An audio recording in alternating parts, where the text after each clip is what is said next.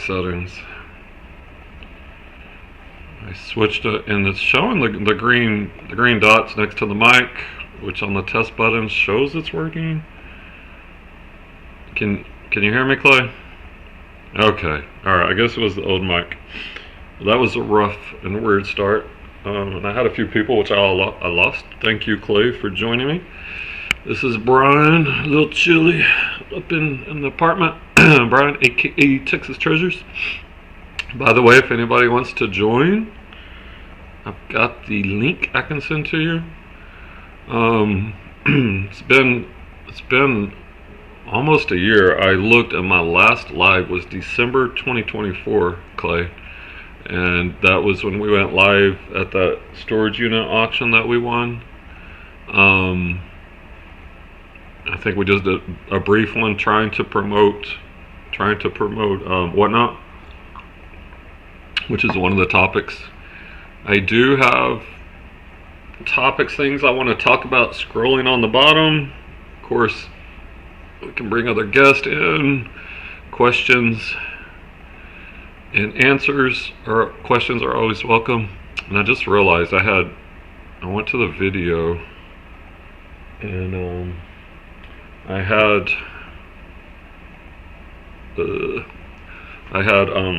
keywords tagged on YouTube, like eBay, etc. That might have helped. So I don't have these currently. We're just going live. So anyway, I guess we'll kind of go ahead and get into the topics. If you guys have any questions, or anybody out there that wants to jump on live and chat, let me know. I can send you the link. Have you not turned the heat on? No, I have not. I am a polar bear. I prefer the cold typically. I do have my wool socks on. I do have a little blanket on. Yeah, talking about that storage unit. That is one of the topics I want to talk about today. So I guess first of all, the reselling update. Anybody that's subscribed and used to join our lives or watch any of my videos, first of all, I appreciate you. Thumbs up would be great. So let me see. I don't want to get into too many details, but like in the spring, my life kind of got turned upside down, and so reselling took a back seat. And up until that point, my eBay numbers were way up, like over the year before. And then so from like probably April to May till through about August, I really wasn't reselling. I was shipping orders. I was relisting and selling similar, which is another topic I want to talk about. There's a way better way to do it that's really benefited me recently. But I was doing that, but my sales slowly just kept trickling down until like August. I made less than $1,000 profit in August. And I've been a six-figure reseller for a long time. Was doing it full time for about the past 5 or 6 years. I think at my best, maybe about 150K, and I was on pace to beat that this year. And then my personal life kind of blew up. Sold our old house. Some changes in my personal life. So currently, right now, I'm living solo in an apartment. I do have my reselling business back up and running. I also went back to teaching this year. With the reselling business crashing and everything going on, I needed some stability, so I'm reteaching. Not reteaching. I am teaching again, like the first time in 5 or 6 years. But it does make reselling much harder, and I forgot how hard it is to juggle both. So if you are at the point where you're able to resell full time, like I was, don't take that for granted. Don't get lackadaisical. Like Tech and Sports would say, treat it the same way you would treat your full-time job, and it will produce for you if you acquire the knowledge and whatnot. But anyway, the good news is I did my numbers in last month, October. Things are moving up. Today I'll show some of my top sales. We can talk about strategies and whatnot. But things are definitely moving up. So I am hopeful that it'll just be 1 year of teaching, and then I'll be back to reselling full time. That's the goal. All right. Let me see the topics. And by the way, if anybody has any questions, feel free to throw them in the chat. Anybody wants to come live with me, also let me know. All right. eBay lost inventory. Okay, so one of the things I'm doing, like currently I have 5 storage units. Like my eBay store was up at one point last year. I had like about 6,000 items. I'm a clothing and shoe reseller. And then, you know, all those months of not really listing, currently I'm a tad under 4,000, even though I am starting to list again.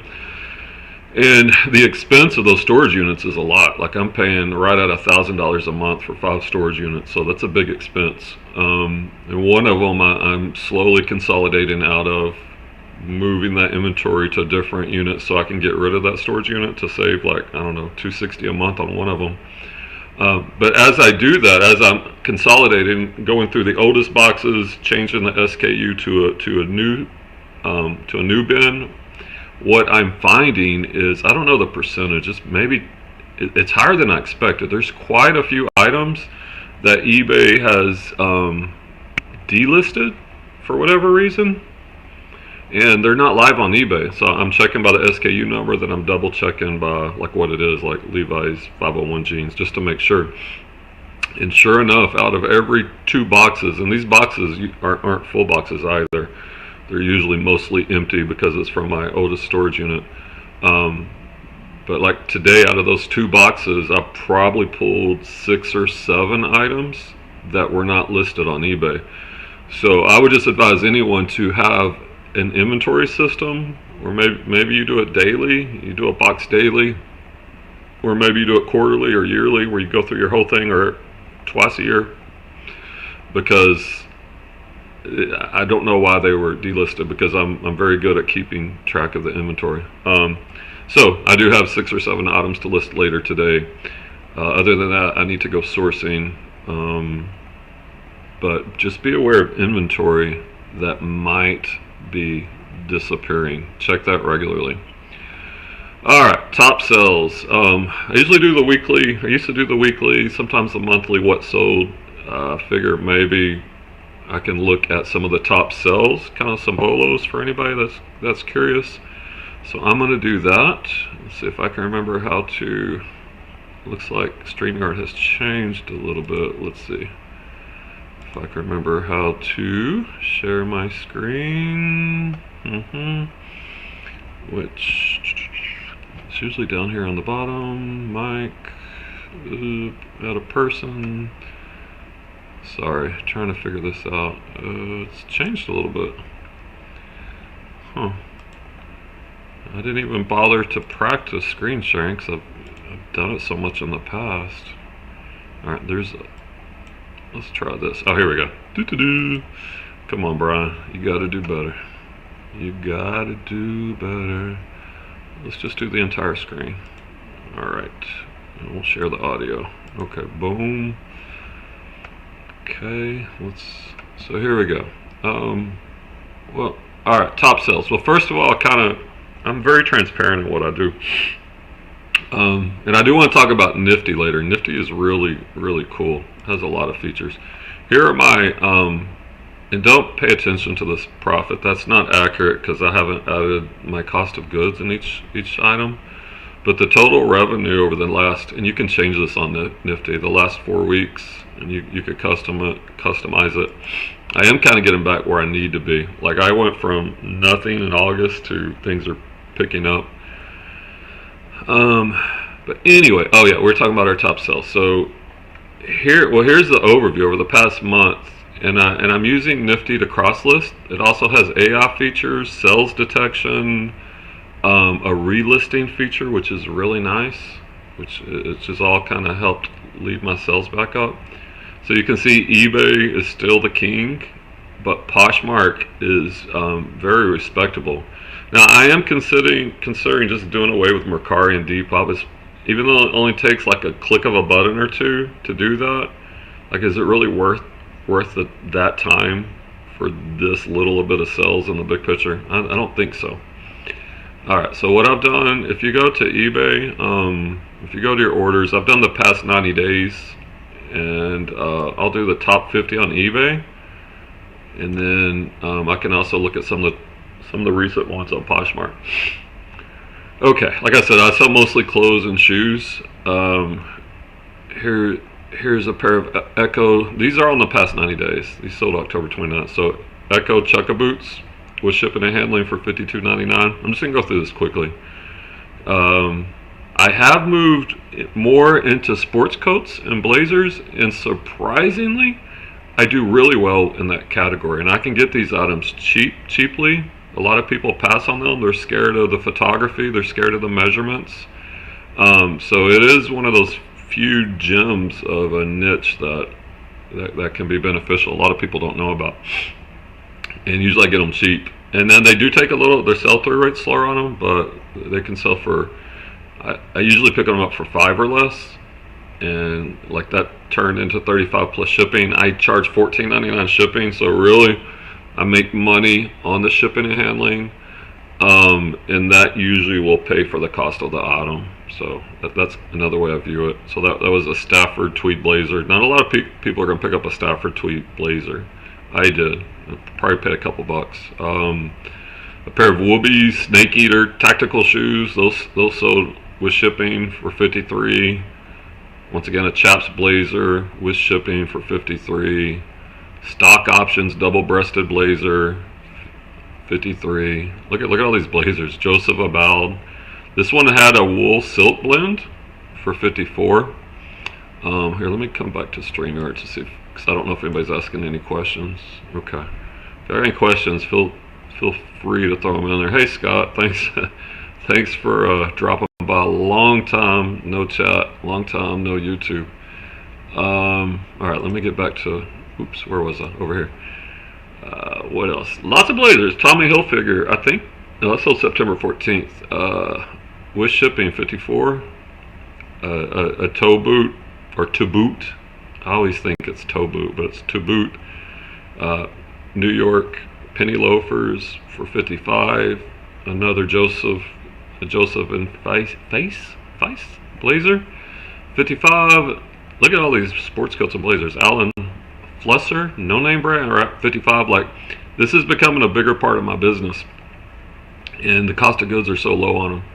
A pair of Monroe sandals. This sold back in August. Now you're not going to sell a lot of sandals here as we're moving into the winter, but those sold for $55 with shipping.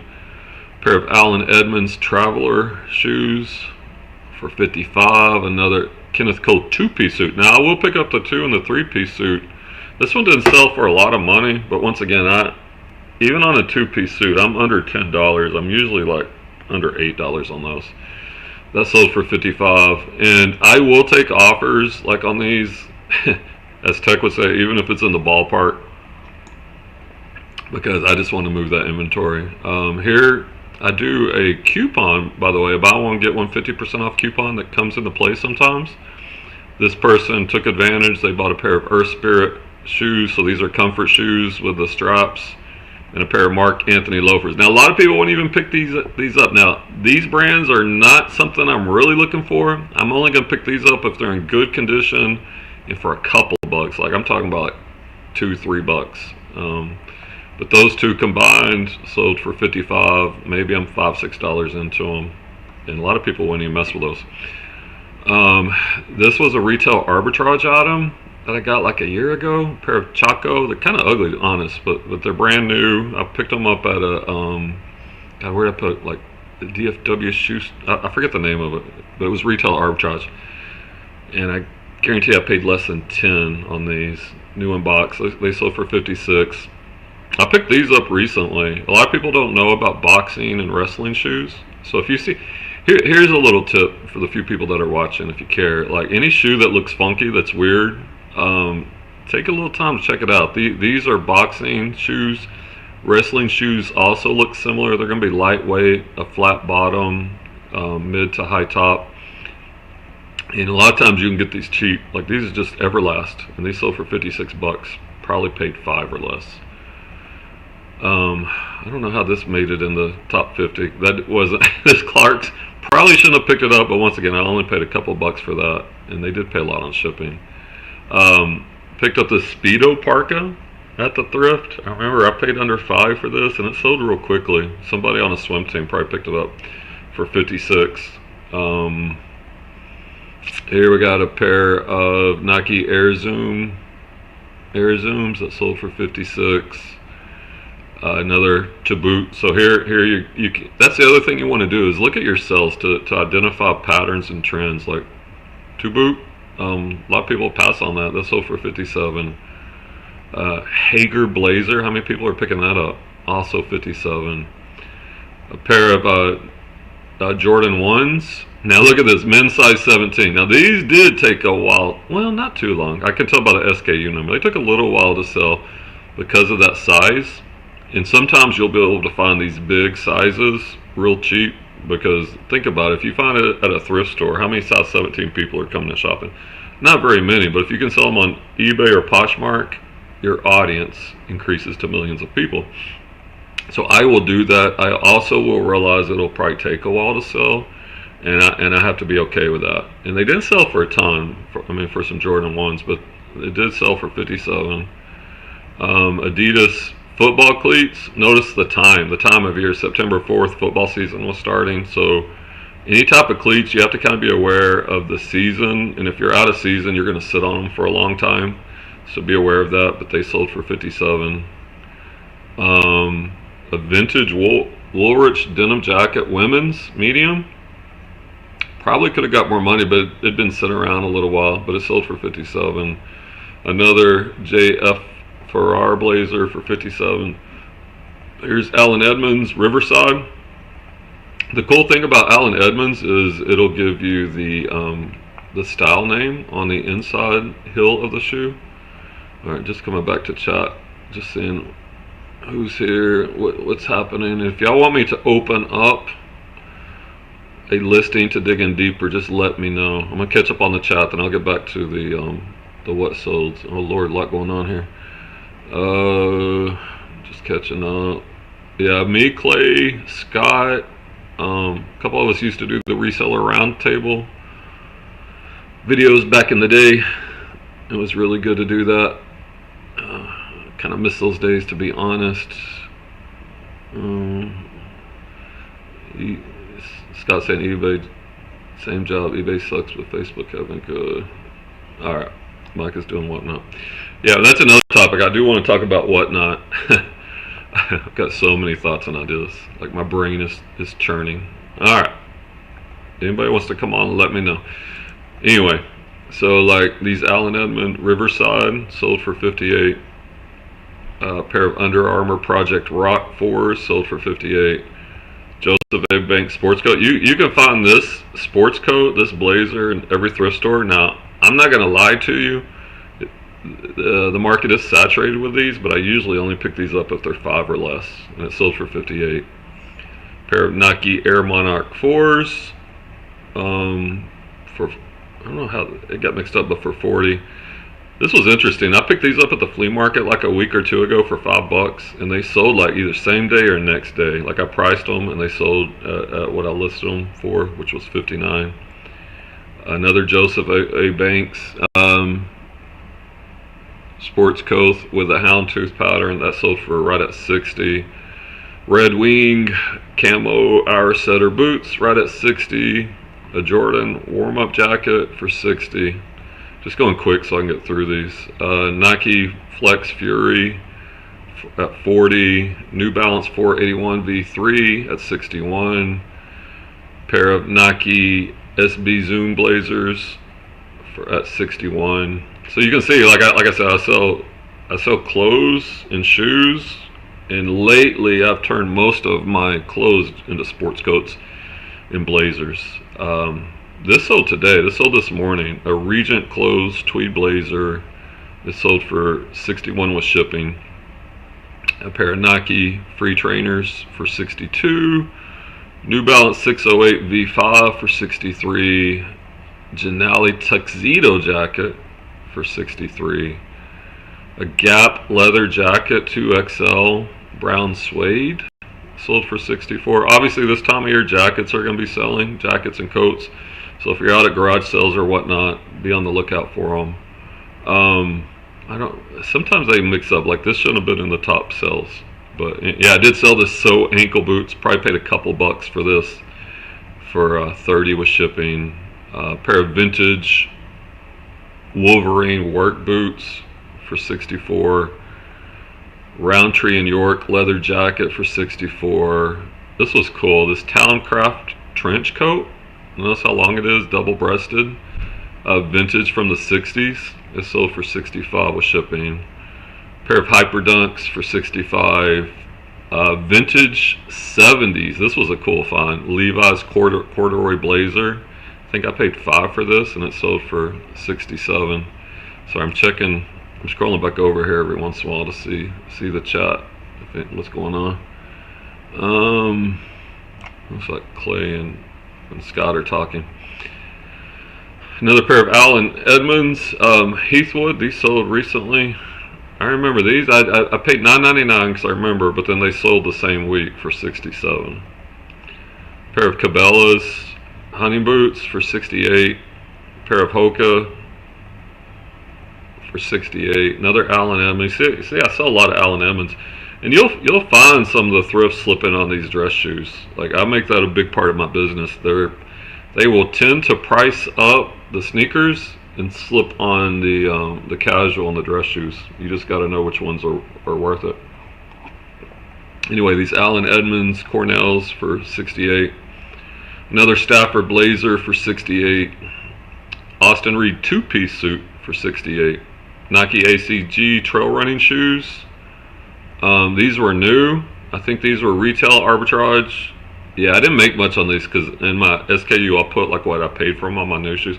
So I paid 30 and they sold for 50 plus shipping. So I didn't really make much, but I got my money back. Pair of Nike Zoom All Out. All Out, so these sold for 69. Tommy Hilfiger blazer, that sold yesterday for 69. A San Remo two-piece suit for 69. Brooks Adrenaline GTS 22s. Now, the newer the model on these running shoes, typically the better. Also, if you can find them wide or extra wide, it's going to do better. These sold right at 70. A Brooks Brothers blazer for 70. A Sorel, these were new. These were retail arbitrage. I remember I picked them up at what is that? The dump. It's like one of those places that they buy Amazon return pallets. And I probably got these for like 10. Did sit for a while, but they sold for 70 with shipping. All this is with shipping. A Joseph A. Banks tuxedo jacket for 70. New Balance 990 V4. Look at that, 6E. So extra, really extra wide. So for 71. I will increase the pricing on the wider shoes. A pair of vintage FootJoys for 42. This person did the buy one get one half off coupon I was talking about earlier. They got a pair of Brooks Hyperion Tempo and a pair of Nike Lunar Iron 2. They paid 74 for both shoes with shipping. Executive Clothier two-piece suit for 75. This was another retail arbitrage. Paid 25 for these. It sold for 55 plus shipping. Double my money. You really, like, if you're going to top that much money, you want to, like, I at least want to typically triple, but I'd had these for a while. But they were indoor soccer shoes. A Bill Blast three-piece suit, so it's going to have the jacket, the vest, and the pants. It sold for 78. New Balance X90 sneakers. I remember I did pay up on these. I think I paid 12 or 14, but they sold real quick, right at 80, almost 80 bucks. Sorry, just checking. Got a couple of messages here, but we'll leave those for later. Okay, Versace. Pair of Versace Oxford shoes for $78. A6 Gel Light 3s for $79. Allen Edmonds Stuttgart. You see I sell a lot of Allen Edmonds for right at 80. Hoka Oni. Now I did pay up for these. That's one of the things. Like, I paid 25 for these, I remember, and they sold for 60 plus shipping. But you know what? they sold within a couple of days. So I turned that money quick. Like something with a very high sell-through rate, I'm okay paying up because I'm gonna get that money back. And if I wait for these to go on like 75% off sale, someone's probably gonna buy them before then. So don't be scared.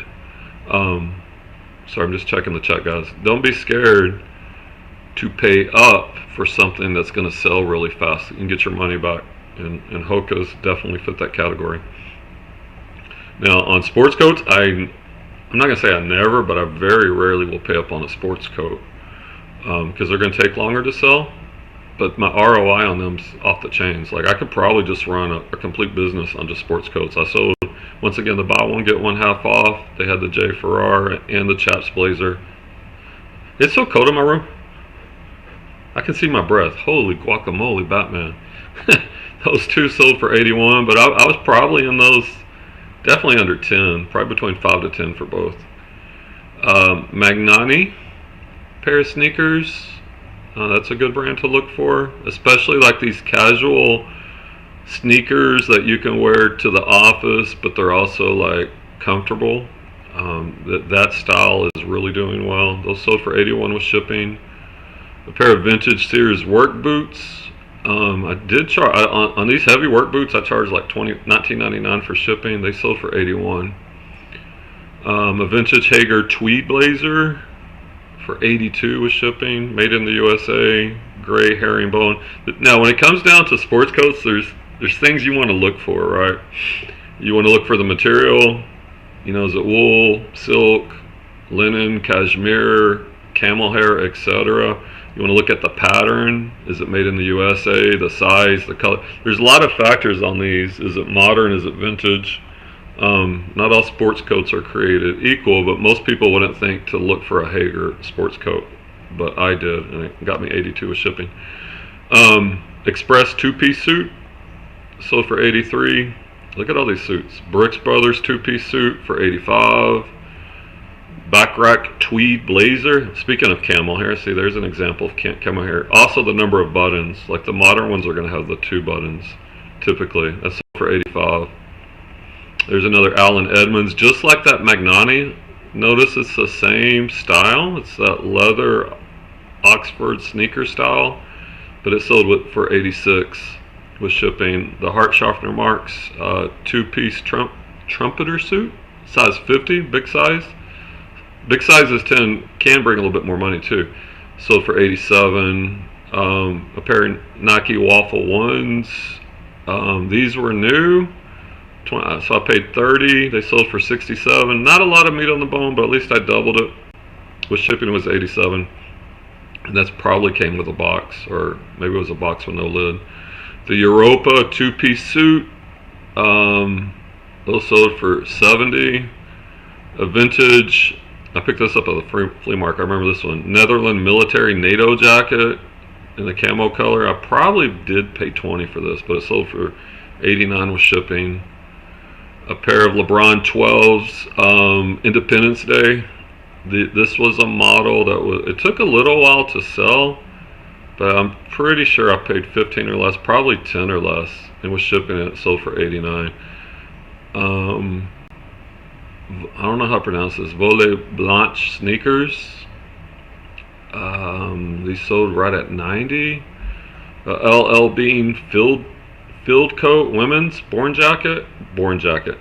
coat sold for 91. I'm gonna check the chat again. I think I'm running most people off. I don't think a lot of people want to look at all the sales, but it's okay. We will power through. Joseph O. Bank two-piece suit for 92. LL Bean. This one they didn't pay, so it's relisted. Tom James two-piece suit for 95. Overcoat right at 100. Now we're getting into the 100 plus sales. Banana Republic two-piece suit for 101. Yves Saint Laurent blazer, double-breasted sports coat, 102. Awards chore coat for 86. This was from a storage unit. I don't know if you're still there, Clay. I think this was one of that storage unit we did. I'm pretty sure. I could be wrong. Because where did I get? I used to flip these radios. You can find these at garage sales. Remember one time I found one from a Toyota Supra or something, sold for like 500. But this Toyota Tercel CD changer for 70. Camper shoes. These are like hiking, walking shoes. I think I paid 10 for these. They sold for 120. Lauren Ralph Lauren two-piece suit for 139. Pair of Nike Air. Now this one they buy one get one half off. They bought 2 of these, so I didn't make a ton of money. Each one was 40, so 80 on cost of goods. Shipped out at 145, so I got my money back, made a little bit. I found this one at the thrift. Caught them slipping. They didn't know what they had. This it was a vintage starter jacket, Long Beach, Cal State. What did I pay for that? I think I paid 15. And I probably had it a couple months, so not too long, but it sold with shipping and handling for $252. That's one of my better sales of the year, and I was proud of myself for finding that one. It was kind of snaked in, but this one sold last week, and this is my best sell of the year. Found this at the Flea, pair of vintage, and I don't even know if they're truly vintage to be honest. They may or may not be, but they're Russell moccasin bird shooter boots. Anytime I find men's leather, like engineer, military style boots, I always check them out. I've never found a Russell. Like if you go to Russell moccasin, like these boots to order new are like over $1,000. A lot of them are customizable. I paid 25 at the Flea. I paid up, but look, I think I had them a week, maybe 2 weeks. With shipping, it went out for $529, and that is my best sell of the year and of the quarter. Quickly, I'm also selling on Poshmark, so I'll quickly go through some of those. Poshmark is good for shoes. Like if you're a shoe seller, I would definitely be cross-listing. All right, I won't sort them. I'll just kind of go through the recent ones. These have sold like this weekend. I haven't shipped them out. A pair of Echo Soft 8 for 41. Now the shipping is different. Like I don't know what they pay. I think it's like 6 something for ground advantage on Poshmark now. So it'd be plus like $6 or $7 if you're comparing to eBay. But a pair of Echoes, pair of Hoka One Arahi 6s. I took an offer of 50. I thought about holding out for a little bit more, but I was like, let's just move it. I still sell some jewelry that I get wholesale. Usually I get these pieces for $1 or $2. I sold for 14. Pair of Vionic combat boots for 50. Ralph Lauren polo boots, women's for 70. That's a nice little sell. This person ordered these LeBron's boys, and then they canceled the order. I think on Poshmark, if you pay full price, you can cancel within 3 hours. Now all these that say sold, I haven't shipped them, so these are all like from this weekend. That's what I'm talking about. Poshmark is definitely helping me with my sales. Now I can't move a sports coat or a blazer on Poshmark to save my life, so I don't even bother, but I will cross-list shoes there. A pair of Vionic women's shoes for 35. I think I paid 3 for these. I've got a bunch of them at one thrift. I probably got 6 or 7 pairs, all really good condition. And they sell like between 30 to 40. Pair of Merrill Jungle Mocks, men's 13 for 63. Here's another piece of jewelry. Now these have sold, and I've already shipped them out. So a pair of Kenneth Cole Oxford shoes. These have been sitting on eBay for a little while, and I moved them. Another piece of jewelry, flag jewelry, a sweater. I did cross-list this one. I don't know why, and it sold for 15. A pair of Florishams, nothing special, that had been sitting on eBay for a while. They sold for 21. This person bought a couple Nike Metcon 2s for 42, but they'd been sitting for a long time on eBay. A pair of Brooks Rebel 3s, jewelry, Sam Edelman, J. Crew, CVs. This one they opened the case. These Technica Apres. They said something about the zipper, but the zipper is fine, and I photographed it, so we're in fashion. They see lots of shoes. These I sold, and I could not find them, and I double checked eBay, and it looks like I have not sold them on eBay, so these may be lost in inventory. And the weird thing is, here, I'll open this one up. See, I have my SKU number here, and it wasn't in that location. And this is what I do. I don't know if it'll show it because you can only get 10 pictures on Poshmark. Yeah, well, I do have it. Right here, I take a picture of the bin and the SKU number, and it wasn't there. So did it get mixed up? I don't know. I'm gonna stop showing Poshmark at this point, but you kind of get the point, right? That you can for shoes, Poshmark does great.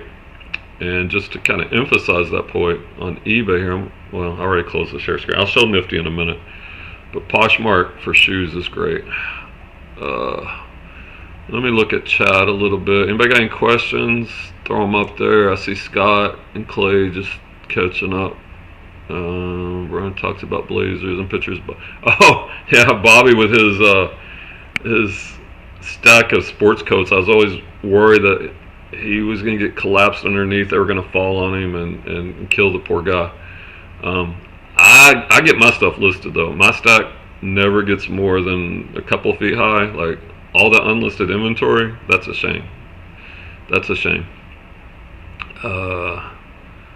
He still has a crazy death pot. Yeah, for real. He needs to let me list that stuff while he's playing around. Hager brand jackets, regional Hager. Scott's selling North Face Columbia jackets from the bins. Yeah, I haven't been to the bins in a while. I need to get back out there, and I do want to talk about sourcing here in a minute. Maybe that'll be our next topic. Bins is super crazy now. Yeah, but you just got to get in there and follow them. And I'm saying that I haven't been in a while, but I do need to. Oh yeah, Cowboy game tomorrow night. Yeah, it is tough being a Cowboys fan. All right, so let's talk about sourcing. I think that's a good segue as I take a sip of coffee. And it's so cold in here. You can't see it, but I can actually see my breath. I should probably turn the heat on, but nah. Let's just put the blanket. Let's put the blanket on. Here we go. It's winter time. Okay, so here's the thing, right? I think everybody's probably noticed this, that thrift stores, couple problems. They're raising their prices, especially if you're a shoe seller like myself. Like there's a chain here that I used to source up exclusively, almost exclusively for shoes, and they've all raised their prices. You can't even afford them. Even on a 75% off day, they're often not worth it. And then the other thing is, a lot of thrift stores like Goodwill, they are now sending their inventory, they're selling it live on WhatNot, or they have an eBay store or an auction store, and they're using AI to pull the best items. So these best items are never hitting the store shelves to begin with. So if you're sourcing just at a thrift store, I think you're in trouble. And Tech's been preaching this in the group for a while. You've got to find some other ways to source. And not only that, if it does make it to the thrift store, and you will catch them slipping. Like, I found a pair of oh my god, Birkenstocks for $2.99 the other day. Great condition. They were Birks. Like, they're worth $60-70 used, and they were slipping. You'll catch them slipping, but it's less and less. And they're pricing stuff up, especially shoes, like I said. So you have to think about what you're going to source and where you're going to source it. And I think it's just going to get worse and worse as AI makes it easier for these stores to identify what they have. I mean, we have Google Lens, we have chat, we have software now that makes it easier to list, to cross list. So sourcing is going to become a bigger and bigger issue.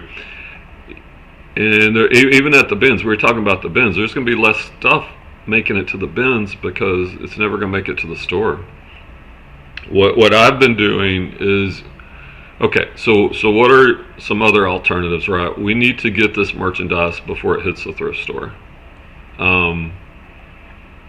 Yeah, I agree. I rarely, even though I did, and I say that, there's always caveats. I did do a Goodwill route in Dallas a couple weekends ago on a Saturday, and surprisingly, I kind of did all right. Well, I mean, you gotta have the knowledge, but it is getting harder.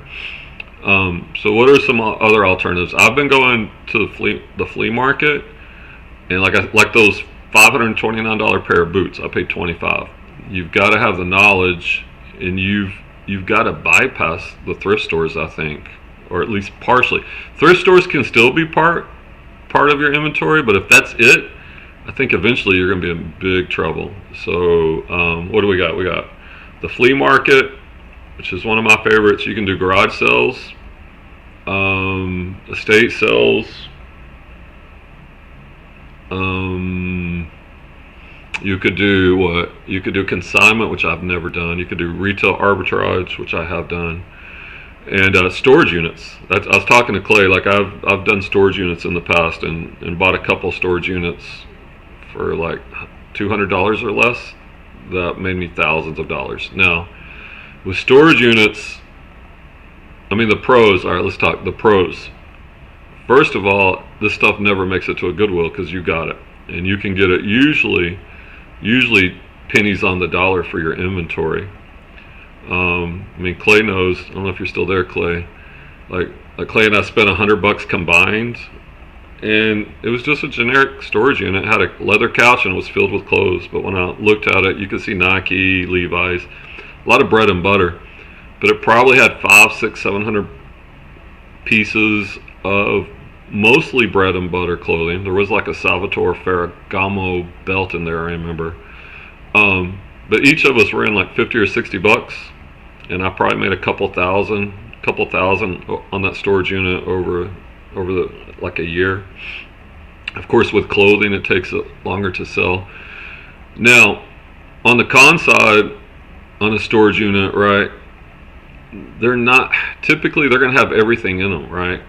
You can have trash, you can have a dirty diaper, you can have jewelry. I mean, the good and the bad. You can have clothing, furniture, nasty mattresses. So it's a lot more labor intensive. You've got to be able to sort it. And I was talking to my friend Josh in the group, and also Clay. I think I'm going to get back into that, but I'm going to start small and be very specific, because I mostly sell at this point clothing and shoes. But with like flea markets and whatnot, you know, you could then live auction the other stuff and get your money back and make a profit and just move it quickly. And then the good stuff I will list on eBay. That all sounds great, but I do know it's a lot of work. Like a couple of bad storage units like make me quit that. I've probably done two of them.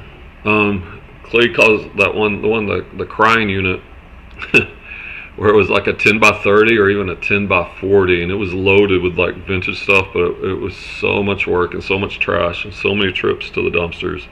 It kind of broke me from storage units for a while. And then last year in December, my brother and Clay and myself, we were going to go in on business doing storage units, and won't throw any shade, but I kind of let my brother convince me to get a storage unit, which I knew better than to get. And it was a horrible storage unit, and it just kind of broke me again. So you got to be careful. You know, you need like a truck or a van, even though you could rent a U-Haul truck, a U-Haul van, and then you've got to be able to move that inventory. You know, you're not going to be able to list everything on eBay. So how are you going to move it? You know, are you gonna get a spot at a flea market on the weekend? Are you gonna auction it on WhatNot? Or are you gonna sell it on eBay? And for me, it'd be a combination of the three. And I think I'm just gonna start real small and just add that to what I'm already doing. Sourcing at the flea market, sourcing at garage sales, thrift stores, etc. Okay, sorry, trying to multitask there. Okay, so well, how are y'all getting y'all's inventory? What do you think about this as thrift stores are getting harder and harder to get inventory reliably from? What do y'all think? All right, let's see some other topics. Updates, lost inventory, top sales we went over. All right, let's look at Nifty. Yeah, Clay and I were texting about it. He's down. Clay loves them, and it's like a treasure hunt, right? You will find some really cool things, and sometimes it's sad because every storage unit has its own story. But but if you're careful, they can be good. Travis says, I've been shoes only since 2022, been delaying adding on some sort of clothing category. Yeah, I love shoes. I've been all shoes for most of my reselling career. It's just clothing is everywhere. I don't know. You can do only shoes. It's definitely possible. It just takes a lot more sourcing because shoes tend to get priced up. You don't catch them slipping like you do on clothing. But if you can strategically, maybe you don't have to add all the clothing, right? Maybe just like kind of what I'm doing. I'm doing a lot of sports coats and jackets. I used to do like men's Western shirts and jeans. Once upon a time, I was big in jeans, especially women's jeans. I was like top 20 on eBay at one point. So there's different ways you can do it. Scott's been sourcing at the Goodwill bins and garage sales. Yeah, that's good. Getting the inventory cheap. And that's kind of what I'm thinking with the storage units. It's that same idea, cheap inventory. Like there's this one storage unit I found. It's currently $10 as the auction. It ends in 3 or 4 days. And there's a few clues that I think it's going to be a good storage unit for me, and I can probably get it cheap and resell most of it on eBay. Poshmark. Travis hits around 15 to 20 stores. I forgot. Let me highlight this stuff. Travis hits around 15 to 20 stores on a route and brings home 30 to 50 pairs. Used to be a solid 80. Yeah, exactly. That sounds about right from my experience, Travis. And yeah, those numbers are decreasing for all the reasons I said. So as a shoe reseller, I think you got to expand if you're going only shoes. I would recommend flea markets. There's lots of ways you can do it. Clay said I did 14 solo trips down to the crying unit. That was the unit that broke me. Nothing will faze me really, but the time truly has to be small and thought out in advance. Yeah. I'm gonna be real careful, especially at first, because I don't want to break that momentum. All right, I want to talk a little bit about Nifty. It's been another thing that has really helped, and I'm losing a lot of my viewers. I get it, football's about to kick off, but for anybody's here, let's talk a little bit about Nifty because it has been a game changer. And I will give credit to the Resell Brothers on YouTube. I think they follow a lot of text advice, and then they've kind of made some changes. So, all right. So, Nifty AI. I pay $90 a month, and there's a lot of features to it. It has an AI feature where you could create a listing. Here, I'll just kind of show you in real time. I have a VA that I pay to do my listings, but let's see, I haven't done this in a while. Alright, so what you could do, let's see, did she leave any of my pictures? She might have deleted them all. Yeah, she did, dang it. I was going to show you what it looked like to create a listing. Oh, here we go. Alright, here's some leftover shoes. Some leftover pictures. Alright, so if we take these, right, I'm going to give you a demonstration. Add on to Nifty AI. And it's got some cool features. One of them is the background removal. Alright, so you could do this. You can remove the background. Boom. Perfect. Now, eBay has the same one, but eBay's isn't as good. Alright. Now, I would already know how to list this shoe. But this is good. Now that I think about it, this might be good for an everything seller, right? If you're not, like I'm an expert in shoes and sports coats. Now watch this. It'll generate the listing, but if you have something you don't know a lot about, and you want to have you do your first 5 pictures with the information. So you'll want to like have, because the AI is going to read all this information. All right, so generate the listing. Let's see what it does. Generate. Let it do its thing. I'm thinking this could be good for hard goods or things you're not familiar with. If you're an expert, it's not as valuable because you can probably write the listing better than AI at this point, even though that may change. Look at it. It's doing all this pretty quickly, right? Pretty quickly. I mean, what? Now let's see what did it do? What did it do? All right, here's our title. Aluka, God, I can't pronounce that. Nohe Mocha, that's the brand. Now, like, I would put what they are here, like sneakers or shoes. It gives them in size. It does give you some good keywords. Slip-on casual shoes. Like, I think shoes should be higher, but that's not the worst listing. Definitely not the greatest. But then over here, it gives you a lot of juicy description over here, and then it breaks down all your item specifics, keywords. So that's pretty cool. It gives you the size. It picks out the condition.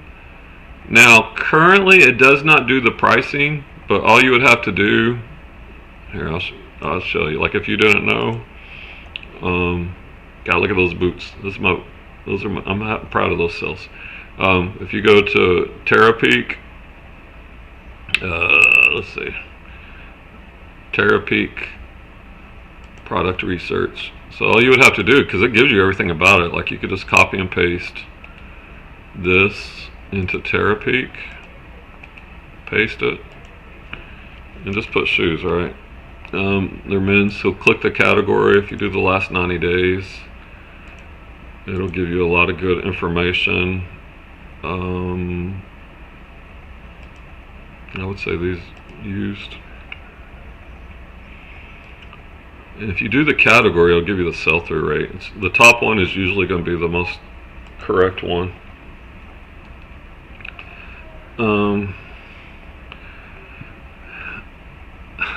So the sell-through rate on these is 18% with an average sell price of 32, but with a big range. And you could look at this. So I'd probably list these at like $39.99. Maybe if in great condition, you want to wait a bit, $59.99. But anyway, like these are already listed, but this is just an example. You could put your cost of goods, so it would track your it will track your revenue. So I'd probably list them like this, and then you could put your SKU in there, which is right here. I would add that, and you could actually cross list it at the same time, right? All your platforms listed, and then boom, you could have all 4 of these listed there pretty quickly. Like if you don't have a VA, I think that's a good resource. So I'm coming back to the chat. Oh yeah. So that's one thing. You can use it for listing, which currently I have a VA that uses Google Remote to do it because she's trained on shoes and sports coats, and I pay her like, she's in the Philippines, and minimum wage over there is like $1 per hour. But I pay her way more than, is it $1 per hour? Yeah, it's $1 per hour, she said. So if you pay them $3 or $4 per hour, that's the equivalent of what, 25, 30, 35 bucks an hour here. Anyway, so here you could also cross list. You can list on eBay, and then you could click this. Like I could put these on Mercari, Depop. Like I've already cross listed most of this. Your analytics is something I really like. So if you go to your insights, you can set your time frame. Like by default, I keep it on the past month, past 4 weeks, to see where I'm at in revenue. And I haven't been filling in the cost of goods, which I need to, because then it'll give you your profit, because it'll calculate all your fees and your cost of goods. And you can see how you're doing on a daily basis. If you're looking at it on a monthly view, to keep track of how you're doing, it gives you your breakdown between eBay and Poshmark. Now, when I looked at all this, I said, okay, why am I wasting my time on Depop and Mercari? Yes, I've had a couple of sales there, but it's eBay's king, and then Poshmark is substantial. So, like, this data says it's the 80-20 rule, right? Pareto's principle. I should only be listing, at least what I'm listing, mostly shoes and sports coats. Like, eBay gets everything, and Poshmark is getting my shoes. You could switch it. You could switch for the last 3 months. Let's see what that looks like. As you can see, like, I am trending up This will do it on a weekly basis. Like that was 1,500, and like I said, I'm coming back from being dead. I think this week I my subscription lagged and I forgot, and then I redid it. Now we're moving up and to the right generally. Like this was my best week at 2766, and I'm still not listing the number of items I want to list because money is tight, and so I'm having to. That's another thing with money being tight. You need to be like Scott, getting your inventory cheap. And I do think a what do you call it? I think a storage unit, you definitely get cheap inventory. So Nifty is really good. So it does all this plus more for, gosh, I don't even get an affiliate link, but I'm promoting it heavily. You can do it for the last week. Let's see, how's the past week? Past week almost at $3,000. So that one day was great, but all the days are, you know, $300-400. So we're definitely moving up. So, I highly encourage you to consider Nifty, especially depending on what you sell, right? You could also cross-list. I'm cross-listing. It keeps track of all your sales, your average profit, etc. Let me catch up on chat. By the way, Travis is in Georgia. We're in Dallas. Yeah, Austin's good for sourcing. Yeah, the tech tool, the errors. Yeah, I heard that. I just think Nifty. I don't know, man. My sales have gone up because, like, that's the thing. My eBay, like, I also looked. And I was curious because I saw that Poshmark sales were up, and then my thought was, well, are they eating what would have sold on eBay? But when I look at both, my eBay sales are up about 30%. So eBay is up and Poshmark's way up. So they're both up in tandem. So I'm very pleased with it. First year trying Depop. Yeah, I mean, I guess it depends on what you sell. For me, with generic shoes and sports coats, I mean, I've sold a couple things. I just think I'm wasting time on it. Like, based on the data, it's like I should only be focusing currently on eBay and Poshmark. And so that's what I'm going to do. But Nifty has been a game saver for me. Game changer. Oh, one other feature. I forgot something very important about Nifty. So I do want to show you this. This is the other thing that's amazing about it. Because we know on eBay, there's the sell similar, right? Oh, also the dashboard's a key. So it's doing all these things for Poshmark, relisting, sharing, sending offers. It's fully automated. Let's look on eBay. The recreates this by itself. I mean, because I was doing this manually, where I would because on eBay, when your item goes stale, hold on one second, let me answer this message. If your item goes stale, it's not going to show up in search, or it's going to be suppressed. So what I used to do is end, sell similar, maybe lower the price a little bit, and that's somewhat effective, but the traffic isn't the same. But the beautiful thing that Nifty does for you, look at this. OMG, look at this.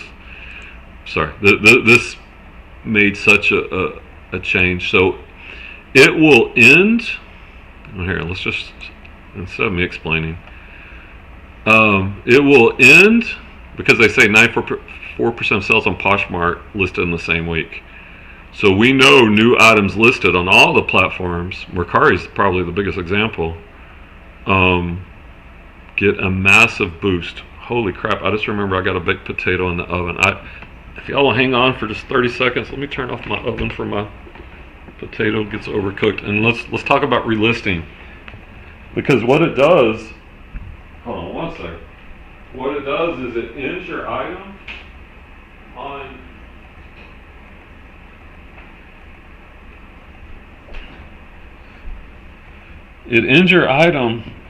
on whatever platform. Let's talk eBay right here, right now, right? But it does it on all of them. And then it creates a new listing, but a whole new listing. with a whole new item ID number. It's better than sell similar. And then you can do other things to it, like right here. You can do up to 100 a day on eBay. You can lower a percentage or the price. You can adjust the price, which I do $1 lower. So every 30 days, these items are being recreated. Now, what if you got a bunch of watchers on an item and you don't want that item to end? They have advanced features, like I don't include anything that has 3 watchers or more. I still do my aged inventory markdowns, like after 30 days, those items will get reduced a percentage. So I have a strategy to deal with both, but I will tell you, I've had so many sales as a result of these relists, both on eBay, Poshmark, you can do it on Mercari, you can do it on Depop, you can do it on all of them.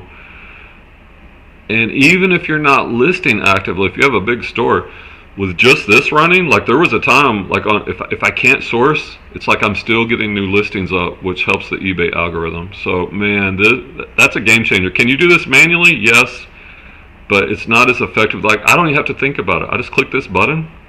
What am I paying? Not for $3 a day. It does all this. It does the self shares on Poshmark. Like Nifty is the real freaking deal, man. All right, I'm sorry. I'm excited about that. So I'm gonna stop that. Does it current? Let me see, Scott. Here, let's take a look. So you should pop on. I'd like to talk to you about Facebook Marketplace. I used to do that, and I haven't in a while because I used to kill it and then it just disappeared. So if you click on your account, it'll show you. Let me think.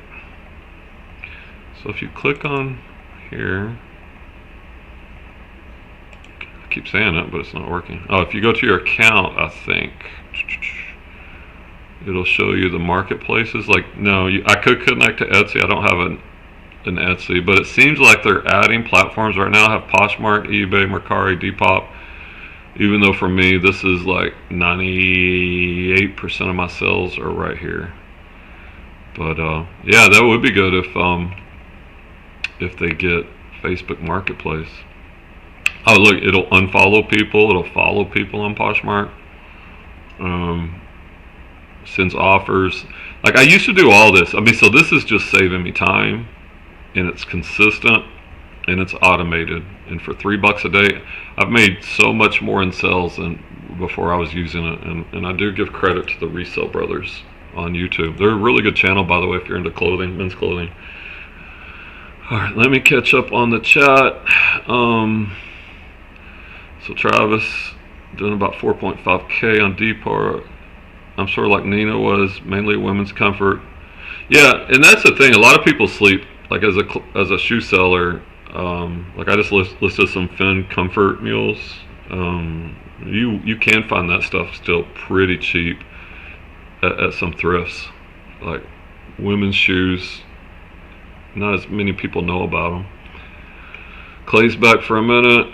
Clay's out there grinding away at Lyft. How many days a week do you go sourcing? Do you set like a budget for your spending? Those are questions that Mr. Clay has. What else? Yeah, Nifty. It's literally saved my ass. Okay, WhatNot. I'm just looking at my topics I put on there. So reselling updates. I was dead reselling. Now it's coming back. eBay lost inventory. We talked about. Check that occasionally. Top sells. Talked about those Russell boots that sold for 500. Nifty. Cross listing. Sourcing. We've talked about. Oh, I know this is all over reselling news, right? eBay's 2026 promoted listings. Let's talk about that a little bit. Yikes. Not good, right? This has already taken place in it already took place in like the UK and other places. Where is it? I had the tab pulled up. Oh, seller announcements. Yikes. So if you go under seller announcement, eBay's update to promoted listings, to be honest, it sucks. This is a sucky thing, but we got to be aware of it. And how are we going to deal with it? Starting January 13th, they're upgrading how they do promoted listings. Now, they start with something good. If you use priority, which is pay per click, which if you're selling one-offs is not going to be good. The one takeaway, and Tech talked about this, so I'm just paraphrasing him, and it comes from this article, which obviously you can read. To get that #1 spot in search, it's going to be held exclusively for priority campaigns, which is your pay per click, which in my opinion you would only want to use if you're selling multi-quantity, like probably new items, because every time somebody uses your keyword, you're going to pay for it. But if you do get that top spot, you're going to convert super high, right? So the general campaign, like I use, where you promote at a certain percentage, updated attribution. So basically, and this is crap, right? An attributed sell will be when any buyer purchases the promoted item within 30 days of any click on the ad. Let's say I have a pair of shoes.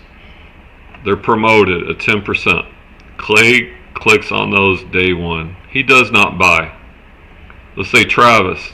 Travis doesn't even know Clay. Totally unrelated.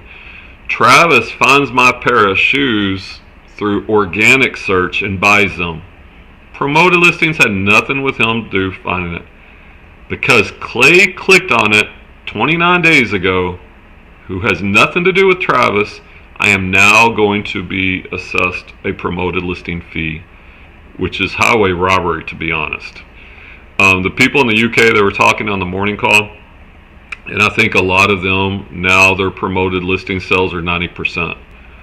So how are you going to handle this? Basically, eBay's making more fees for nothing.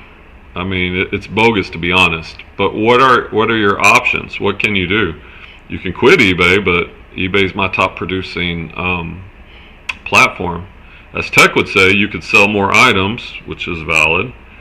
And if you turn off your promoted listings, you're gonna make less money too. What I'm probably gonna do is I'm probably gonna adjust my promoted. Like it's a little higher now. Like in clothing, it's up to 15%. And on shoes, I think it's at 7%. I might just make it a flat 7% across the board, which I'm okay with.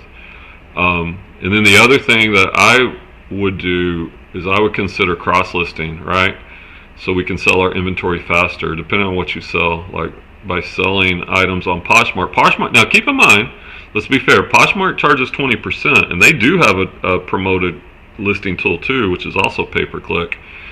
But eBay's is 13% and change.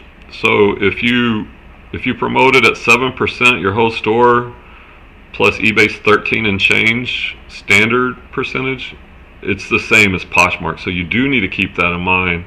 And eBay is a bigger platform, and it does reach more buyers.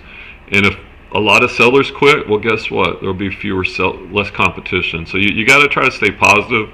Like, I'm realistic. It sucks what they're doing, but it's not the end of the world. Like Tech says, we got to list a little bit more, and we got to be smart about it. So those are my thoughts. Do you have anybody been thinking about the new promoted listings? Let me catch up on chat.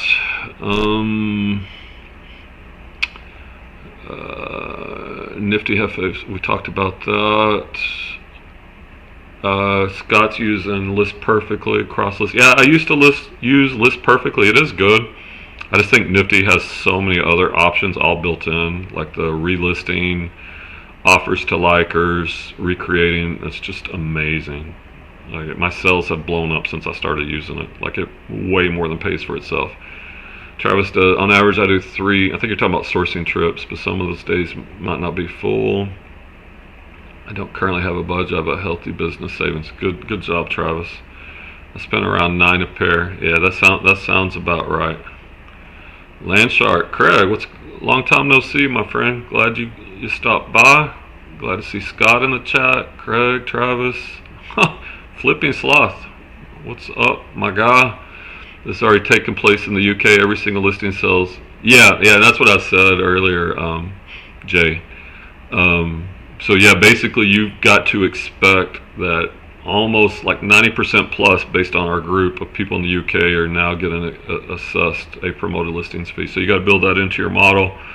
Put it at a rate you can afford. It sucks.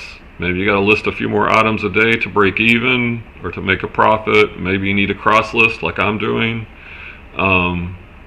to speed up that sell-through rate, which also helps your bottom line. How have they adjusted their promoted strategy? Oh, I guess, Travis, you're asking Jay. I'm assuming Jay's at 5% across the board. Travis does 6 across the board. Yeah, on shoes, I think anywhere around that 6-7%, you're good. Shoes tend to sell faster, and you could, well, I'd say you could go on a case by case basis, but that's not going to do you any good anymore, right? Like, it's either you're all promoted or none promoted, from my understanding. And to me, you got to be all promoted. You just gotta pick a rate that you can handle. Travis, yeah, we said 6, and not promoting ones with better sell-through. But yeah, with this new thing, it's going to change it though, right? Yeah, so we got to think about that. How are we going to handle it? It's going to be an impact. I mean, ultimately, we're going to be paying more to eBay. It's good for their stock. More expenses, less profit for us. So how do we adjust? Do we sell a little bit more? Do we list a little bit more? Do we do that? Do we cross list? Do we adjust our promoted? These are all things we need to be thinking about, because we got between now and January 16th. What's that, about November, December? So we got about 2.5 months to figure that out. So be aware of that and make your plans. But I would not get off eBay. I know it's tempting to say screw eBay, but I mean, like, it's still 75-80% of my revenue is still coming through eBay. So they're still king at this point. Alright, what other topics? Jay says UK economy is in shambles right now, so everything is down across the board. Yep. One more thing to think about. Let me I'm going to update that.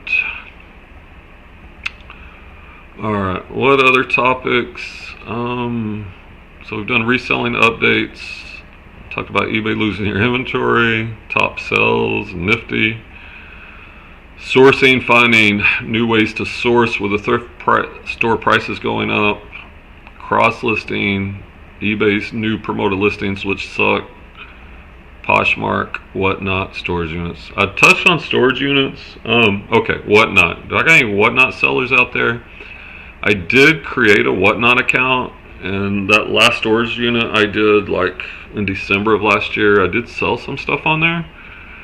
I know Chris used to be in Daily Refinements group, and then obviously Home and Tech were leading it. Then Chris got suspended from eBay and he went to WhatNot. Now he's killing it with multiple people streaming for him, selling live. And I know Renzi used to be a big shoe reseller, and he moved to WhatNot, resold shoes, moved to new apparel, and I think lately he's now selling food products, at least on the interview he had with Tech. And I know a couple other WhatNot people that are killing it. So here's my thought, and I was talking to Clay about this, and I was talking to Josh in the group also. Josh is up in Philly, and he sells a lot of like women's jeans primarily, but other things, books. Like, we got to find ways of getting inventory, because the thrift stores are a big problem. More of their stuff they're selling online on WhatNot or auctions or just online. They'll have an eBay store, or if it does make it to the store, they're pricing it up. So we got to find ways to find inventory before it hits the thrift, or you're going to be in trouble, I think, eventually, because with AI it's easier for them. It doesn't require the skill for them to figure out what are the valuable items they have, and then they will send those to get auctioned on WhatNot or to be sold on their eBay store. And so that's inventory we'll never see again that we used to get. Um, so thinking about how to get inventory, which we talked about at the beginning of today's live, things like garage sales, the bins, estate sales, flea markets, which I'm big on now, storage units, which I've done probably 12 to 15 storage units. They've all been profitable. Some of them are a pain in the butt, but you could win a storage unit for a couple $100s that could have thousands of pieces of inventory. Now, there's pros and cons to that, right? You're gonna get all different types. I think, and I've talked to Clay about this, I'm gonna focus on storage units mostly with clothing and shoes, which eliminates a lot of them, at least at this point. And the good stuff I'm going to sell on eBay and Poshmark, just like I'm currently doing, and then can use WhatNot and or the flea market to move those other items that have some value but would be too time consuming or would just be too hard to ship. Well, I mean, you still have to ship them on WhatNot. So those are my thoughts. I think I'm going to start small. I've got somebody that's going to help me with the live streaming. I think she'll be good at that. I've got Clay's. I think we're going to do this venture a little bit, but we got to be careful on the time and everything we talked about. Start small, because I've done this, and then we'll tackle a unit way too out of our league at this point, and it will set me back. And then I'll just kind of quit storage units for a while. But I think with sourcing becoming a bigger problem in the future, I think it's necessary. And then that will be part of my sourcing structure. And then it'll also diversify how I sell. Who knows what WhatNot could eventually be like. I only sold there one time. I was looking at this morning. I have 40-something followers on WhatNot from one live show. So that's one of those things you got to put time in, I know. And if you invest in it, kind of like YouTube, which I also quit, which I want to get back to regularly, just staying consistent. You should have a theme on just being consistent and not quitting stuff, right? But if you're just consistent and stick with it, it will grow and only get better. So those are my thoughts. Let me catch up on the chat. By the way, if anybody wants to jump on live, holler at me and I can send you. In fact, I'm just going to do it. And I'll see if anybody wants to join us. Let's see. I'm going to invite a guest because I know we got some people in chat that used to be on these. So anybody wants to join, there is the link. I'm gonna catch up on chat. So we talked about that. Scott, yeah, I saw that he got a 3-day suspension. Now this is, yeah, I think that's a downside. As you scale up, like, you got to be careful that you don't do anything that's going to get you suspended. Because imagine a business that big, multi-million-dollar per year business, and then you get sent home. Oh my gosh, with all those employees, that's so scary. Yeah, I saw his video on that. I'm way behind on the live. Yeah, Chris will redline it a bit. He will, for sure. Thrift stores are dead in the UK. Yeah, how are you sourcing out there, Jay? I know Arwen's in our group, and he's in the UK. And I know y'all do a lot of, what do you call it, car boots, which are kind of like our garage sales. Not garage sales, our flea markets here. Yeah, it's screwed up. It's all about profit, but I'm not going to get emotional about it. I'm going to stay logical. It sucks, but just got to make the adjustments. Yeah, I think, and that's the other thing with YouTube. And oh, Clay, I don't know if I was talking to Josh about this, about YouTube content. I know we've talked about it. If we start doing storage units again, we can definitely get some YouTube content out there for sure.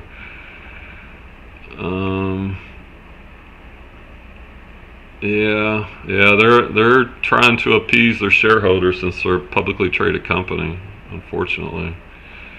And Jay's doing all car boot sales. Yeah, I'm just trying to think of how ways we can diversify because the thrifts are a problem. Goodwill's already made these changes, right? Goodwill and Salvation Army too. Some of the Salvation Armies are now running WhatNot streams. Let's see, 4TP, good to see you live again, but it's not the same without Tommy. Remind everyone how much better he is than everyone. Who knows? Where you at, Tommy? Yeah, where is Tommy? I'm sure maybe he might pop up. He'll be like the he'll be like Homer, right? Where he disappears in the bushes, but the opposite, he'll sneak out of the bushes. Tommy's amazing. Tommy's amazing. Very opinionated. Last we talked, he was selling all those great Hokas and whatnot up in the Northeast. Very jealous. But that's the thing. That's the other thing. Like we got, and Travis, we talk a lot about this in the group, is making those connections. And that's one of the things about the flea market, not just the inventory. Like I did that. I'm talking to people. Are you here every week? Yeah. Oh, this guy. Oh, I got these Gucci's that are authentic. Blah blah blah. Making the connections where eventually you can be like Tech and you can just bypass the flea market. You can bypass the thrift stores and you just get the inventory coming straight to you. That is hilarious, by the way. Yeah, where's Tommy? How have you liked retail arbitraging and chance you could supplement some sourcing? So it takes a bigger bankroll. It is more risky, right? Because you're like Tech would say, you're competing SKU for SKU. Like I have a Nike. There's a Nike clearance store in our area. It used to be better because it was remote. And if you know the color tags, and if you run your comps, you can do well. Like when I was showing my sales, a few of those were from retail arbitrage. I was doubling to tripling my money. Whereas like you could spend $7 on a pair of used Allen Edmonds and sell them for $80. You can 10, 12 extra money. But I think the way to approach that, like I don't have the bankroll right now because I'm kind of like recovering, personal life crisis, financial destitution. So I'm kind of Rocky Balboaing it from the bottom, trying to climb back up. But I think it's a good way to supplement, like maybe once you max out. And actually here, let me show you something else. Oh, this is cool. This might be cool. All right, I'm going to share my screen.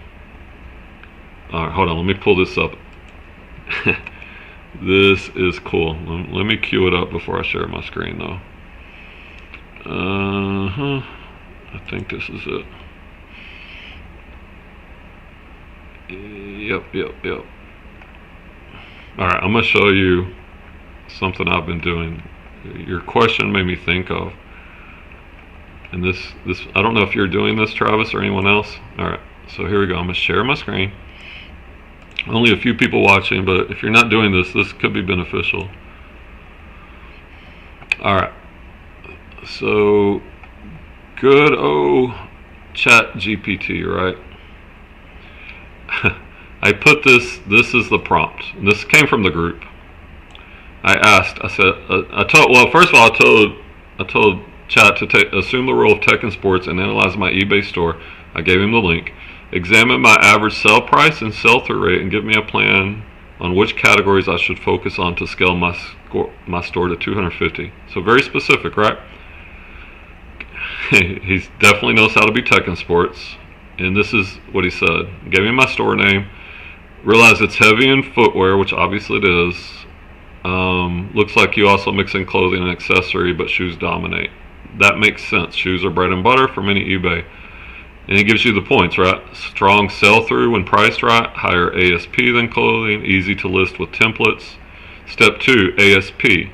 From scanning, this is what it figured out. Most pairs look like they're selling between 30 to 60, with some hitting 70 to 100. Giving examples. Let's conservatively peg your ASP at 40 to 45, which for my shoes, that is probably right. I think my overall ASP, let me see. It's going to be lower than that. It's in the 30s, but like I still have clothing that's bringing that down. But let me see what, I think it's like 32 or 33. No, it's 39, so it's actually coming up. but the close is bringing that down. So that's probably pretty accurate. He said that's solid, higher than thrifting clothing, which 15 to 20 ASP, but lower than premium sneakerheads like hype sneakers, 100 plus. So this is a business plan. Let me just check to see any feedback. Anybody? All right, wait. Y'all find a value from this? Like, it gets better. They talks about sell-through.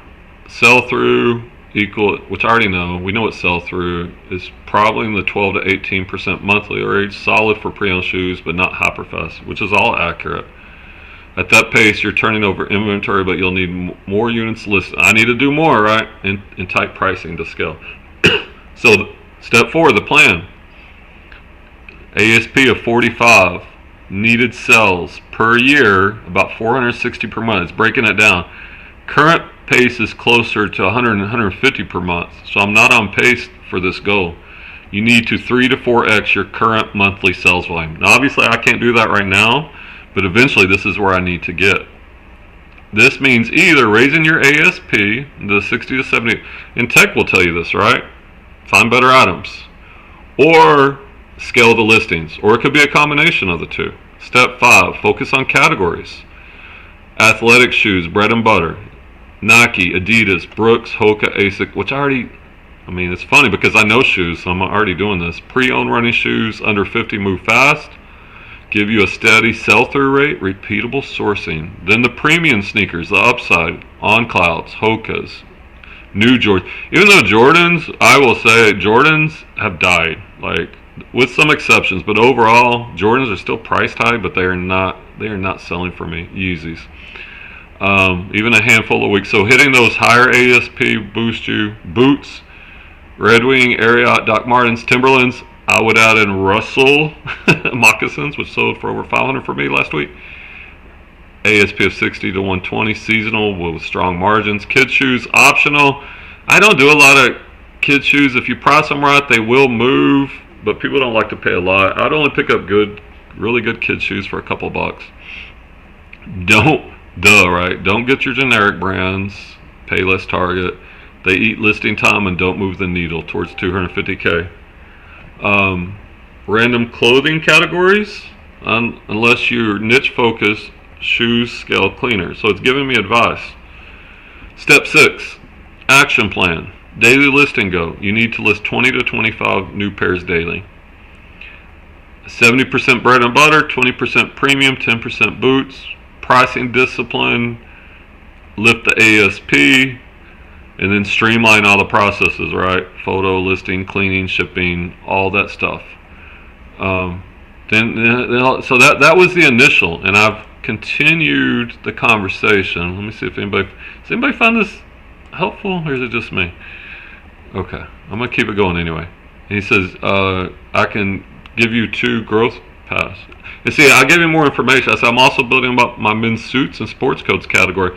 As you guys saw, if you were here at the beginning, when I was going over my top sales, and it was shoes and sports coats. I don't know the percentage, but they were pretty even. And the sports coats I get cheap, as I can get them for a low cost of goods, and they sell for a good ASP, as do shoes. How can I focus my store to niche and scale on shoes and men's suits? So I gave him a more specific plan. Perfect, exactly where you can carve out a 2 niche lane that scales without spreading yourself too thin. Shoes plus men's suits, both categories offer higher ASP, and you can see my ASP, it's up to $39 since I've been doing this, and it's increasing. Fairly standardized in listing once you build out the system, which I already have, and it tells it why it works. Shoes give the better sell-through rate, suits lower sell-through rate but higher ASP, so it kind of hit on both sides here, right? And shoes can also be good to great ASP. Together it provides cash flow, profit bumps.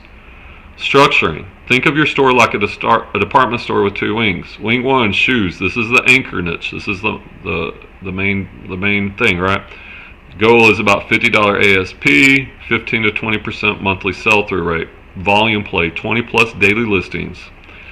The other part is the suits. The goal is ASP 80 to 120. Sell-through rate is much lower, but worth the wait. Focus on the quality brands: Canali, Zegna, Brioni, Brooks Brothers, Hickey Freeman, Modern Fit. But here, as y'all could see though, even bread and butter suits. Like how many of those $40, $50 Hager in just generic suits were selling? They were. You recognize your store as a go-to for footwear and men's tailoring. Gives you the scaling strategy, 70% shoes, 30%, and that's probably about what I'm doing. It might be 60-40. Listing system, batch shoes one day, maybe, because with suits you got to do a lot of measurements. Maybe do suits the next day, or do some each day. You got to have your logistics. I have all this figured out. Sourcing, which we've been talking a lot about sourcing. Marketing the store. That's where promoted listings come in, and then it breaks down the math. Shoes at an ASP of 45 times 4,000 pairs equals 180K per year. Suits at an ASP of 100 times 700 equals 200. So it's giving you the formula of how to do it. Keep shoes as your cash flow engine, higher sell-through. Layer in suits for profit, higher ASP. Brand your store around men's face. Would you like me to do a weekly workflow? I was like, heck yeah, let's do it. And this is cool, right? We were talking about sourcing. Shoes, 3 sourcing sessions a week. Target 50-60 pairs weekly, which I think, Travis, you were saying that's about what you do on a day sourcing, which I agree with. Prioritize these athletic brands, work boots, premium sneakers. Pass on low-end stuff. Suits, 1 to 2, or while you're sourcing for shoes, if you're in a thrift, also hit the sports coat rack. Like target 10 to 15 quality jacket suits a week, slim modern fits, subtle patterns, navy, charcoal, gray.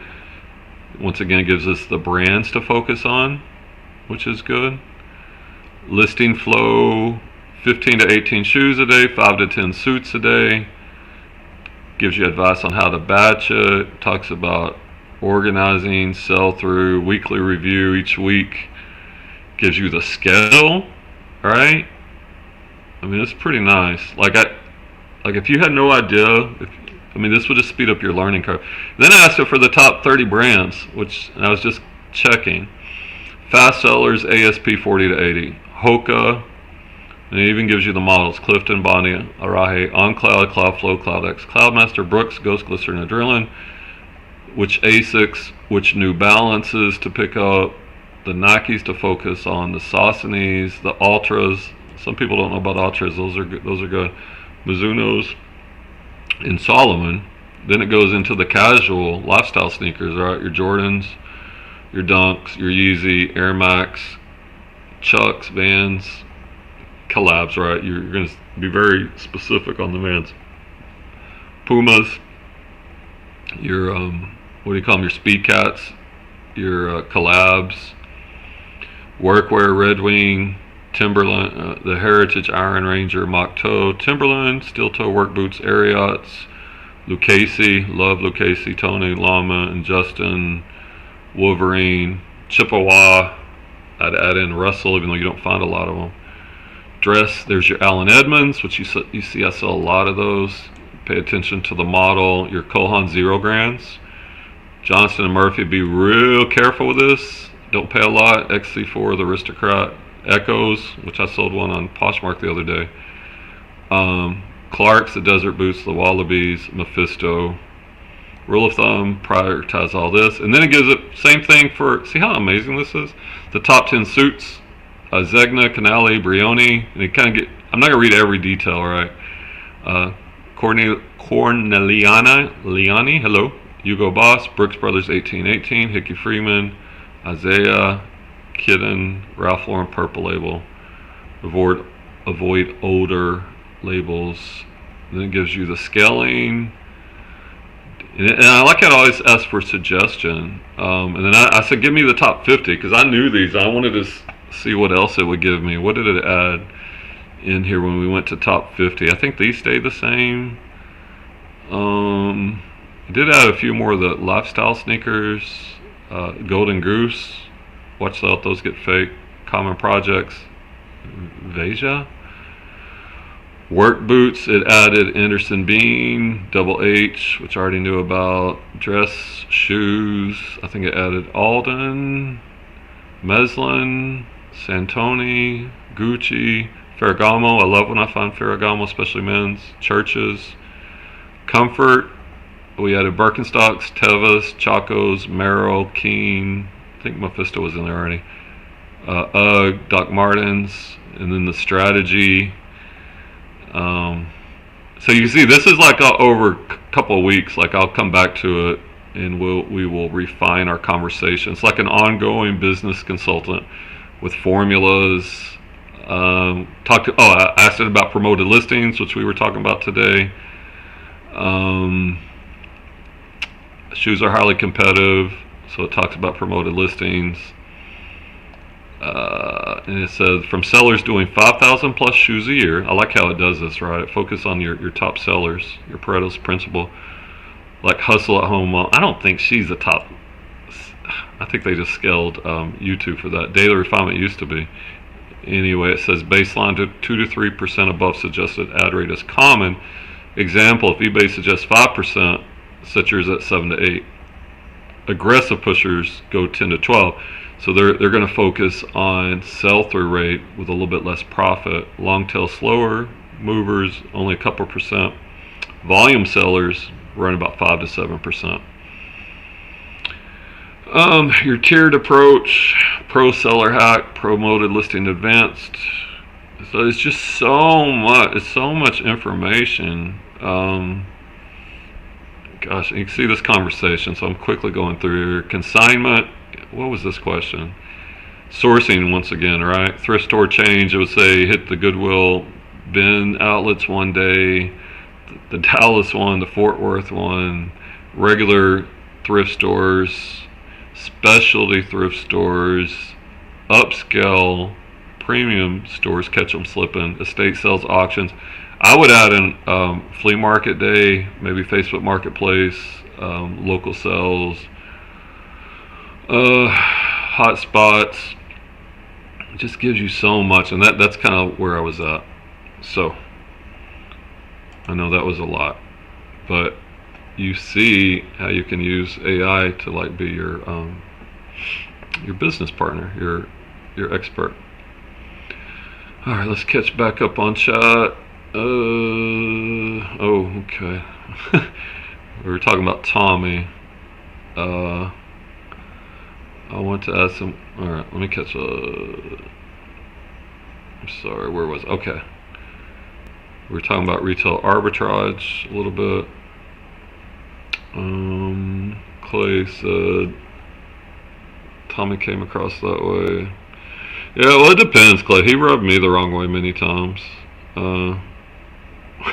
Strong opinions, however you want to view it, like it could definitely rub you the wrong way.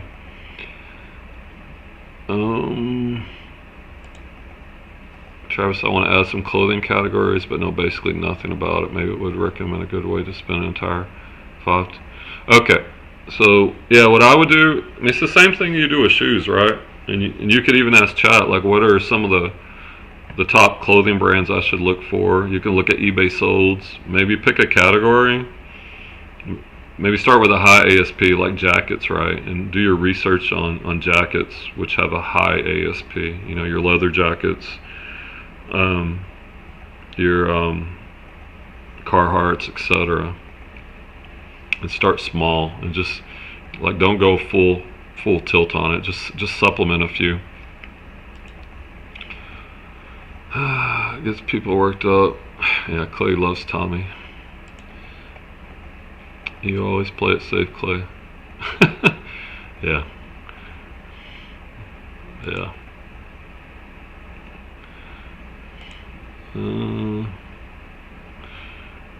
Clay says the AI is almost as smart as a program. Oh man, what kind of this?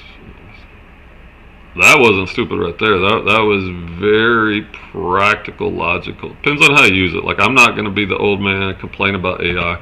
I'm going to incorporate it. And there's people doing it way more. They're using it for their listings. And like, I'm a noob, but it's definitely helpful. Like to just say, oh, it's stupid and I'm not going to use it. I mean, I'm sure they said that about the Model T car when it replaced horses too, right? Like, I think that mindset is dangerous. We have to adapt or we're gonna get left behind. Tommy was an a-hole. Yeah, I agree with you. I got where it didn't bother me as much because I kind of figured like he wants the attention, so he's gonna be that guy to rub you the wrong way. And I would just try to take his gems, but I would still argue with him sometimes.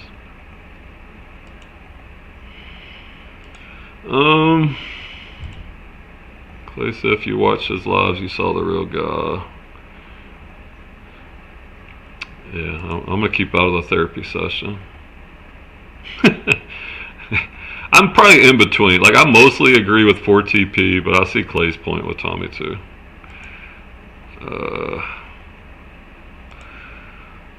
He just knows what he knows. Well, I mean, it's all, but like, that is kind of an excuse, Clay. Like, you don't have to be an asshole. You can know a lot and come across with a better tone. I mean, let's just be real.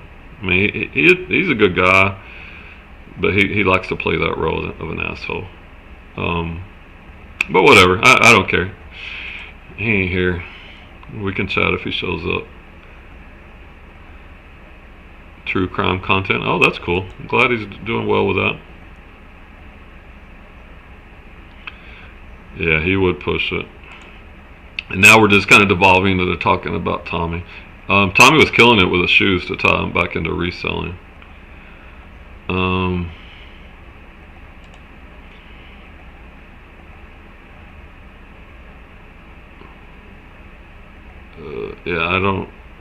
Yeah, that cost me with Jay. Jay and I blew up over politics. I'm done with that. I'll just focus on what I can control. I want none of that anymore. Yeah, I call it like I see it. Tommy definitely rubbed me the wrong way. In my opinion, he comes across as a know-it-all and just too aggressive. Doesn't mean he's not a good guy. And why he's that way, is that just his real personality? Is he trying to ruffle feathers? Is it a link? Can two things be true at the same time? Yeah, probably is a pretty good guy, but also can annoy people. Yeah. Ultimately, I'm not going to spend a lot of my energy worrying about that, but I know he was killing it. He was killing it on the shoes. I was jealous of that. Let's see. I might be out of my topics for. I mean, it's pretty good. Almost went 2 hours live. You're right for TPM and more. Just try to see. All right, nobody called you a moron, Clay. Don't get so defensive. All right, you're overreacting now, Clay. To be honest, we're having an honest, candid discussion, and I agreed with you that he's probably a good guy, but like to pretend he doesn't act a certain way is also kind of naive. But if that bothers you, I'm sorry. Dang, be so sensitive, man. Be so sensitive. Drive safe regardless, my friend. Alright, I don't know. I guess anybody got any questions? I'm pretty much done. Hit a lot of topics today. I think I'll probably try to get back to weekly lives. Maybe make some content, publish regular content once a week. I think it's an interesting time in reselling with all the advancements, all the changes. Things are changing quickly, so we can't just be complacent and do things like we always did them, or we're gonna get pushed out of reselling. Let's see, what other platforms? So on my Nifty, it's primarily eBay, and I'm cross-listing my shoes on Poshmark. It's like 75% eBay sales, 25% Poshmark. I do have Mercari. I have Mercari, Depop. Yeah, I also have those platforms, but I don't think it's worth the time for my niche. Like, even those couple of clicks. And I do have WhatNot, which I haven't used. I've only used it once. But as I go back, as I add storage unit as part of my sourcing, I think I'm going to need to get back to WhatNot. Because here's my thought. And this is what we did that one time. Is you win a storage unit auction. You sort the unit, and then right there at the unit, you can run a WhatNot auction live, right? Just have your SKU numbers and run that, sell that stuff.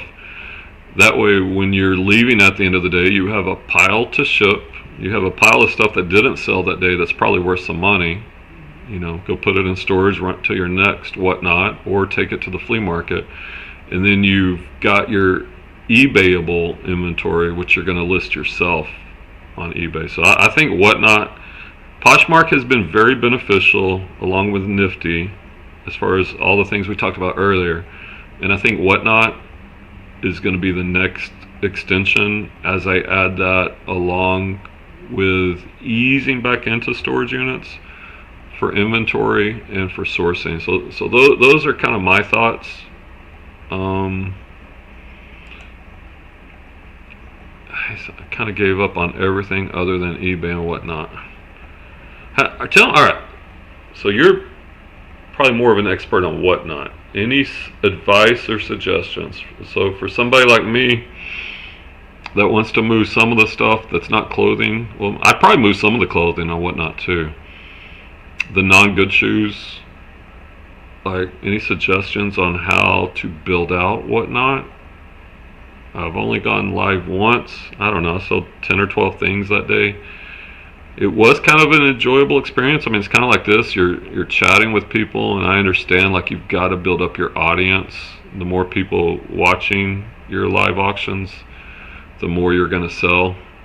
Any advice on WhatNot you could give somebody that's trying to learn that more?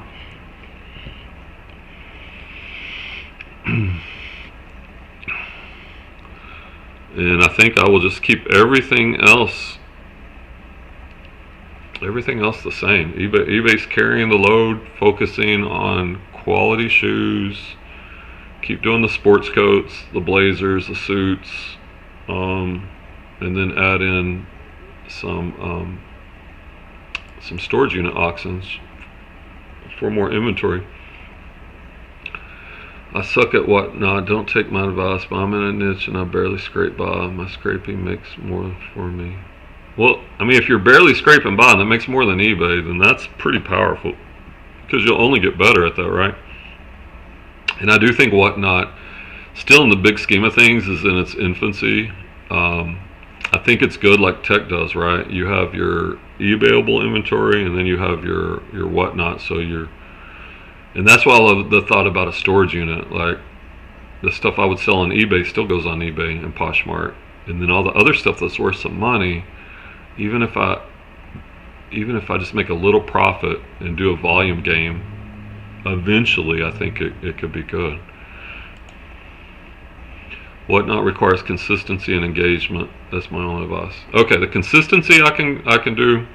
The engagement, I'm not the liveliest personality in the world. I'm not going to pretend like I am, but I do have somebody in mind that will be good for that.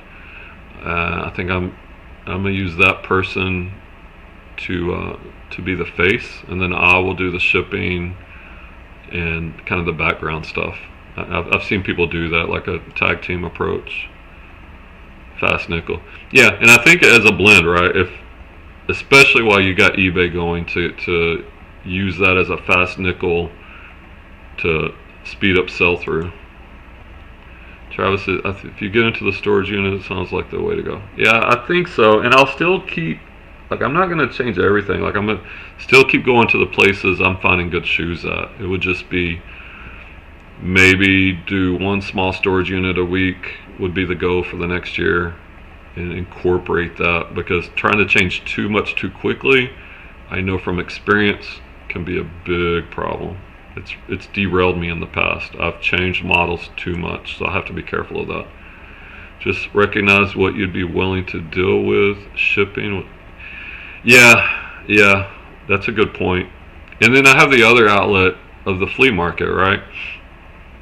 And maybe Clay and I go out there and we sell some of the hard goods at the flea market, and while maybe he gets a bigger cut and he's doing the selling while I'm out sourcing for shoes, right? Kind of like a win-win. Those are kind of my thoughts. I'm trying to figure out how to put all this together.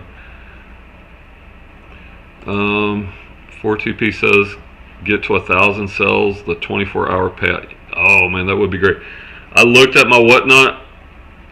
I'm a long way from there, but you know what? It came back to what y'all are saying, right? The consistency. Eventually you'll get there. It's just like eBay. Like my feedback's over 7,000. It didn't start that way. And here's some advice. Sell 1,000 Pokemon cards, even if you don't typically sell them. Get that. Wow, that's a great tip, right? Even if you sell them for $1, right? You just you get those 1,000 souls, and then you can get that 24-hour payout. That's genius. That is genius. I love that. I love that. That's a great tip. That's a great tip. And with storage units, there's going to be so much inventory. Like, there'll be so much stuff to list that if you buy, eventually say you do a big storage unit, say there's 1,000 pieces of inventory in there that you're going to auction, and you pay $250 for it, so you're paying, I don't know the math, 40 cents per item. Like, the cost of goods gets really low. 1,000 individual cards at a loss got to that payout level. Now I'm comfy. That makes sense. So even if you take a small loss, it's kind of like when you're trying to get your eBay feedback at the beginning when you very first start your store. You buy a bunch of cheap things just so you can get that feedback, so you don't look like a noob. A little different. You don't get a payout, but it does help your rating. So I could see that.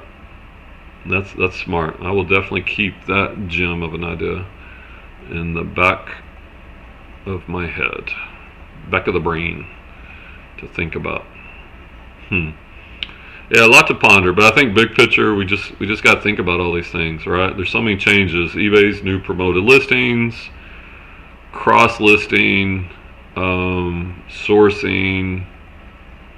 You know, as Tech says, the money's green everywhere. Just like how are we going to get it? And versus working a 9 to 5. There's lots of opportunity.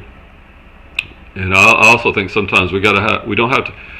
Sometimes you can get analysis paralysis where and I've been guilty of this, you want to try to figure every possible detail out ahead of time, and that prevents you from taking actions. Maybe you have a general idea and you just say, screw it, I'm gonna do this and figure it out as I go. I think there's value in that because we learn and we progress through action, and we don't want to get stuck in over planning, and that's all we do. Because I'm an overthinker, and I can definitely get myself into trouble with that. So I think taking action is key. Anybody got anything else today? I'm out of topics. We're pushing up on the 2 hours. It was good chatting. Thanks for everybody that dropped by. All your comments, ideas. I think we'll probably get back to doing this at least on a weekly basis. Try to rebuild that community you used to have, because I love talking shop, and a lot of times I'm kind of here by myself now, and so it's good to have some social engagement too. Yeah, I'm not gonna be a stranger. This is back, so we can kind of go through our journeys and see how we're going, brainstorm together, and figure out this big reselling puzzle, make lots of money. That's kind of the goal. Alright. Yeah, if you haven't hit the thumbs up button, guys, I'd appreciate it. And thanks everybody for coming out. I will catch y'all on the next one. Y'all have a great Sunday.